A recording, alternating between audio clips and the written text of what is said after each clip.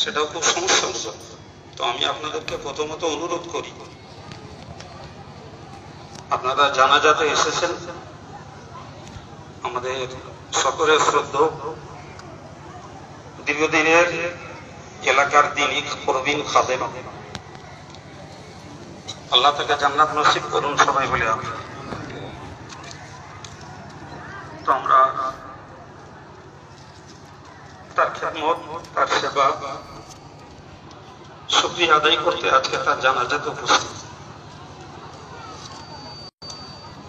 একে একে আমার ভিতর থেকে পুরানো মানুষগুলো বিদায় নিচ্ছে। এখন পুরনো মানুষগুলোর বিদায় মানে আমাদের মাথার উপর থেকে একটা ছায়া সরে যাবে,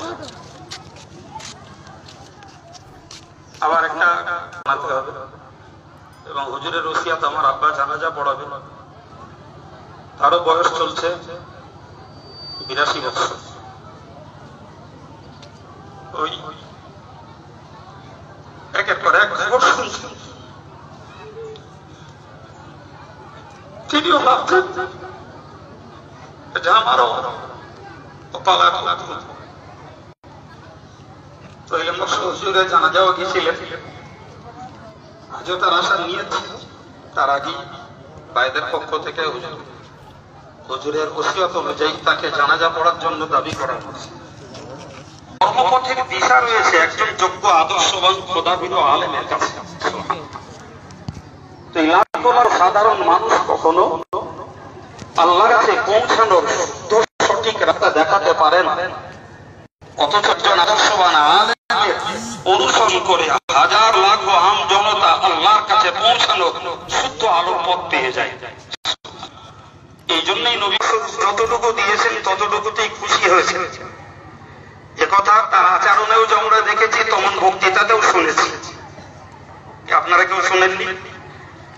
এই যে নির্লোভী, এটা একটা আদর্শ আলেমের লক্ষ্য।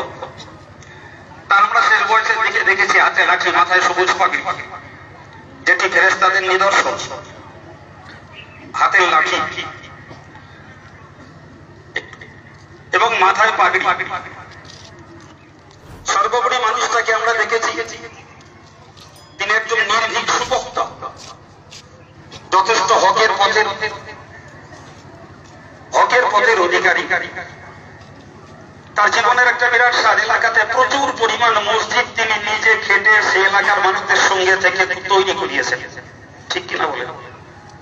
তার উদারতার পরিচয়, তার অহিংস নিরহংকারী এবং নিরীহপনার এটা বড় নজির যে আমি তার পুত্র সম, অথচ মর্যাদায়, স্নেহে, আদরে, উৎসাহে যথেষ্ট পরিমাণে তিনি অহিংসা এবং নিরহংকারের আদর্শ দেখিয়েছেন। তার রাস্তাকে আমি নিজেই। আল্লাহু আকবার। সুতরাং এনাদের মতো মানুষগুলোকে হারানো আমাদের। আপনারা যারা কাতারে আছেন, লাশটা এসে গেছে।